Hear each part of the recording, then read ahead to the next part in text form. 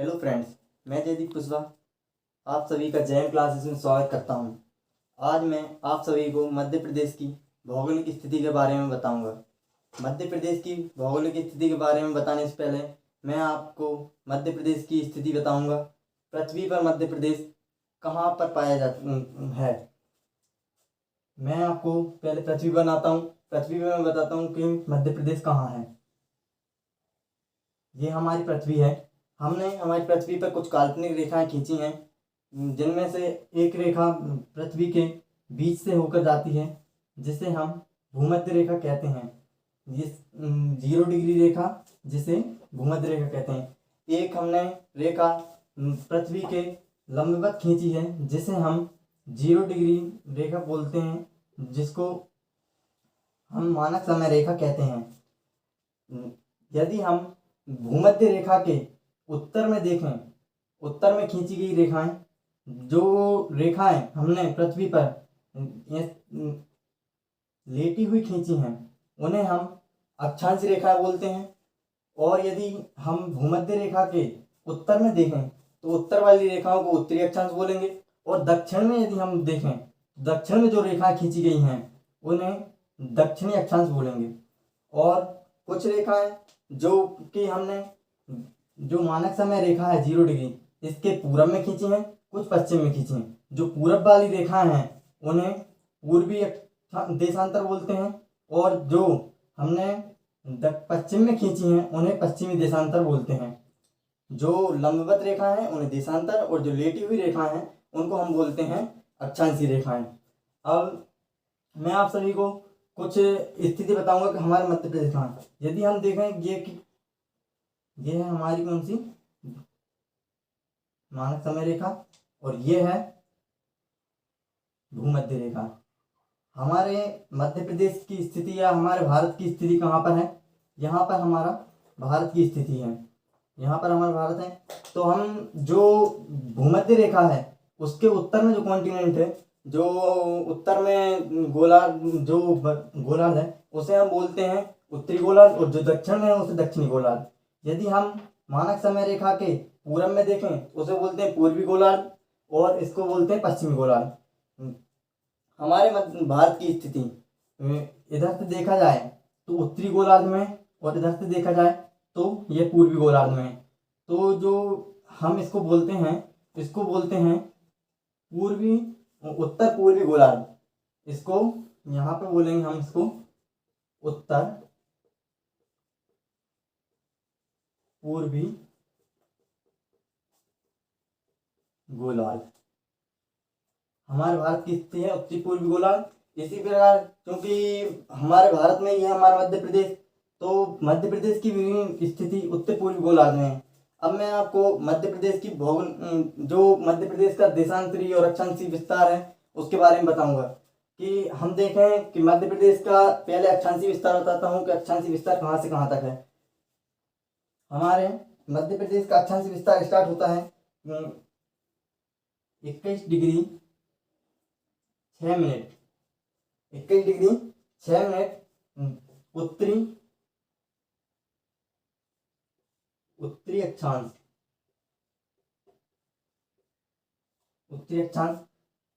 से लेके हमारा यहाँ तक जाता है मध्य प्रदेश। इसका है 26 डिग्री 30 मिनट उत्तरी अक्षांश।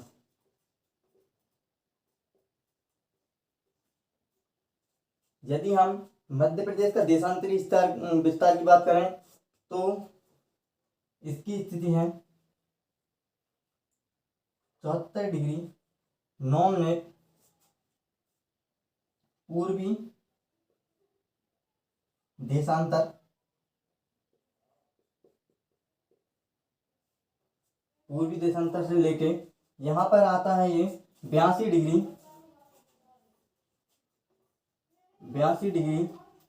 48 मिनट पूर्वी देशांतर।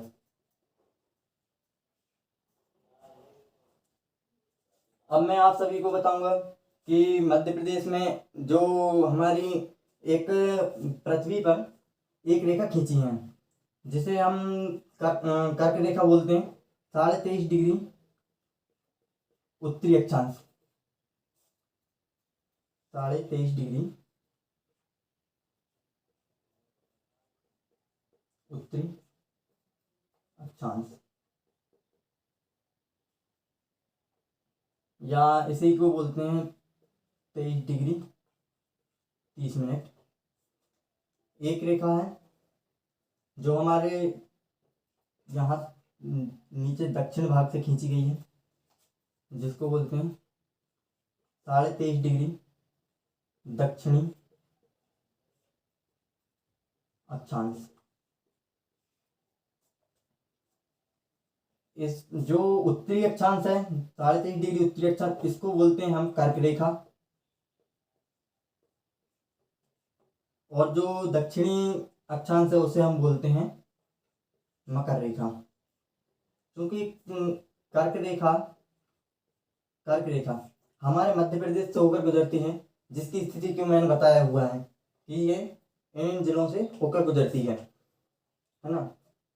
तो मैं आप सभी को बताता हूँ कि हमारे जो कर्क रेखा है वो कौन कौन से जिले से होकर गुजरती है।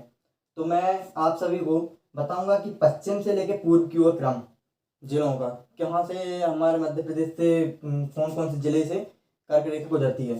तो सबसे पहले हमारे मध्य प्रदेश के रतलाम से जाती है, फिर बाद में रतलाम से जाकर यहाँ पे लगता है कर्क रेखा पे उज्जैन के बाद लगता है आगरमालवा के बाद राजगढ़ के बाद लगता है सीहोर के बाद लगता है हमारा भोपाल, विदिशा, फिर रायसेन, फिर सागर, फिर दमोह, जबलपुर, कटनी, उमरिया, फिर शहडोल। यह हमारे कर्क रेखा हमारे मध्य प्रदेश के 14 जिलों से होकर गुजरती हैं। 14 जिले जिनसे होकर कर्क रेखा गुजरती है। और एक जो मैंने यहाँ पे लिख के रखा 82.5 डिग्री, ये हमारे भारत की समय रेखा जिससे हम भारत के समय की गणना करते हैं, इसको भारत की मानक समय रेखा बोलते हैं। तो ये हमारे मध्य प्रदेश के एक जिले से होकर गुजरती है, वो है सिंगरौली।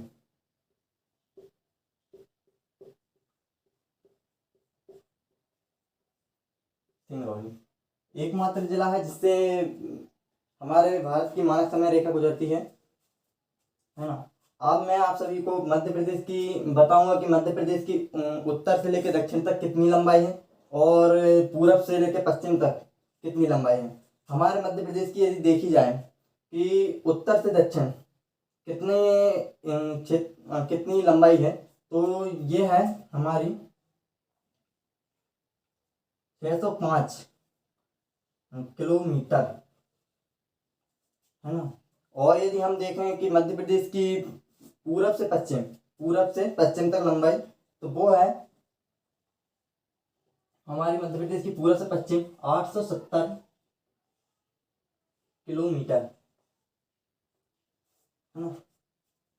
अब मैं आप सभी को बताऊंगा कि मध्य प्रदेश की जो मैंने ये बताई है कि कौन कौन से जिले से गुजरती है, इस सबको आपको याद रखने के लिए एक छोटी सी ट्रिक मैं बताता हूँ आप सभी को कि यदि आपको रखना चाहते हो तो इसमें इस ट्रिक के हिसाब से आप बहुत आसानी से इन सब जिलों के नाम याद रख सकते हो, कौन से जिले से निकलती है। तो इसमें पहले ट्रिक है कि रऊ, अरती, भवरासा, जगदम, कटनी, उमरासन।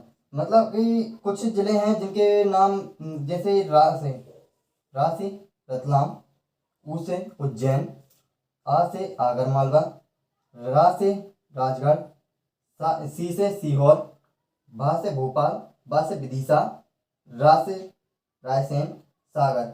अब जो इतने जिले हैं इनके एक एक जिले के नाम हैं, जैसे जब से जबलपुर, दम से दमोह, कटनी, उमरिया, शहडोल। इन जिलों से हमारी कर्क रेखा गुजरती है। तो आप सभी को इतना कुछ बात नहीं, बस ठीक है। Thank you.